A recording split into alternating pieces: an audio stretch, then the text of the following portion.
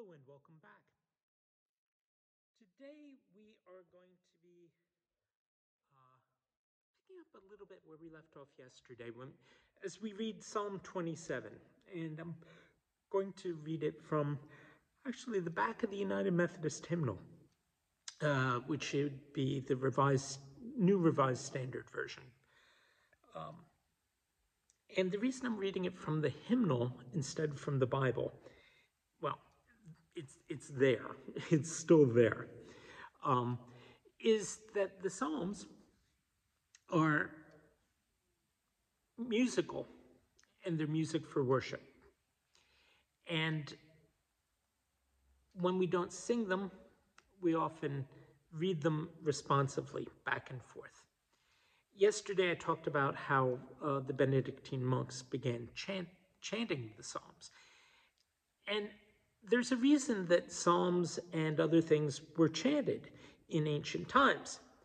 If you think about when you want to say something loudly and really get it across, think, if you will, of an auctioneer. An auctioneer does not talk as if they were not... Let me start that again. I can't really do it. But an auctioneer, apart from talking very quickly, you know that an auctioneer talks quickly, but an auctioneer also keeps a certain tone going, and a certain tone going all the time. And he may just drop his voice when he speaks, but normally if you or I drop our voice, we get quieter, but if you're keeping it all on one tone, you manage to keep the same kind of volume going, and it's easier to stay loud. So if you're trying to reach the farthest corner of a crowd and there's no amplification, one of the ways you can do it is by chanting or something very like it. And so in large groups and in ancient times, and especially in large groups in ancient times put together, chanting was a way of helping people hear. The Psalms were being chanted in the Middle Ages, often in larger buildings, in the monasteries, if it was. And you would have the choir, the group, broken apart into two parts. One that could respond, and it would get tossed back and forth. And if you notice, our choirs today often are divided into two parts so that side A and side B could respond to one another.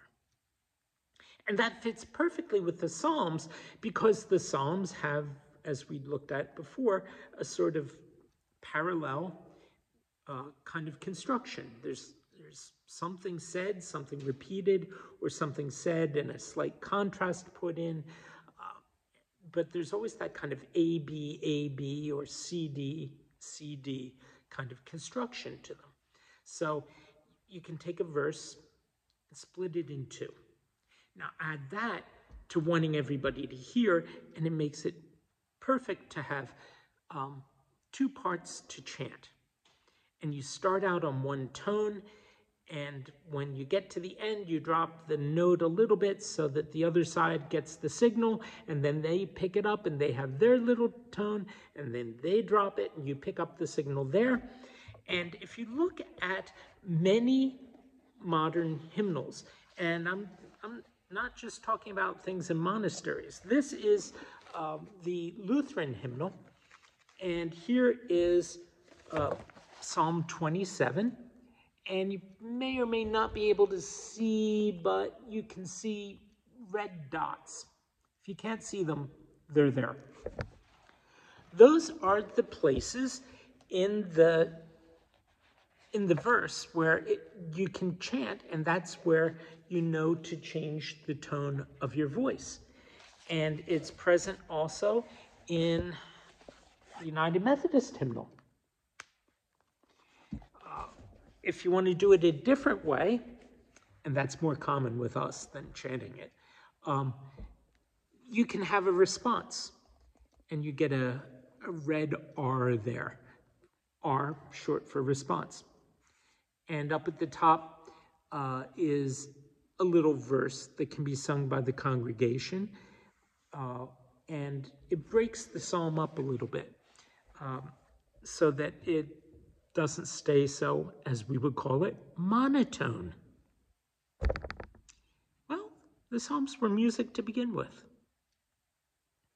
So I'm going to try to demonstrate, and I am not good at this. So go ahead and laugh if you want. But I'm going to try to use one of the several tones that are in the hymnal and try to chant Psalm 27, changing it where the red dots occur.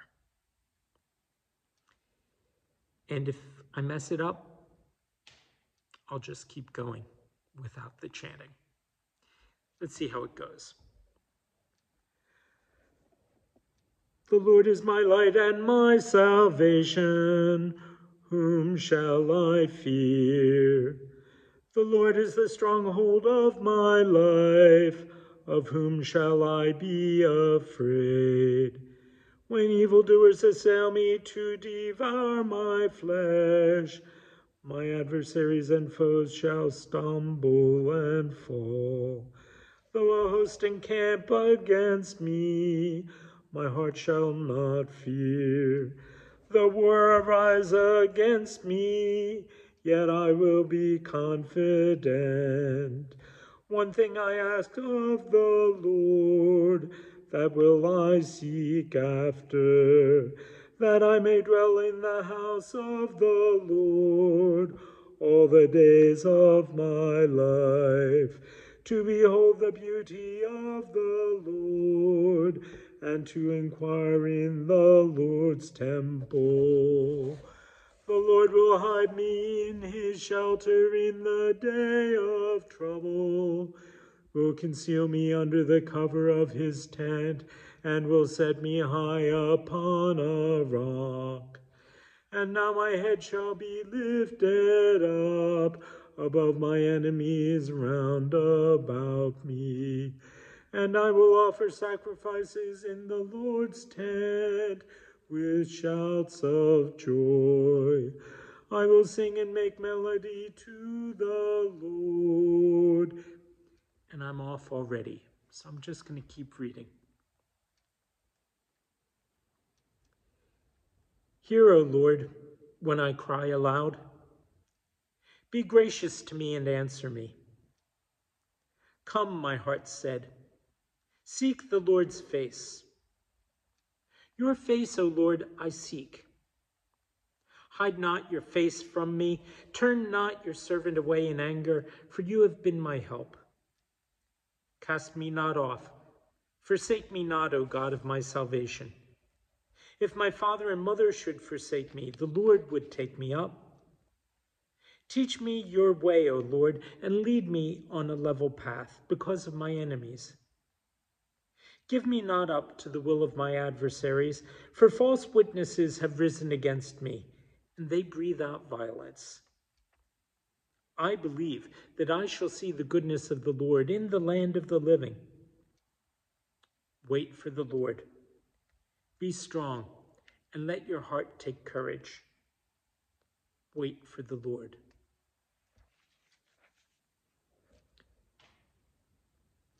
In the description box for this YouTube, you'll see a link, and I think you'll enjoy it. See you tomorrow.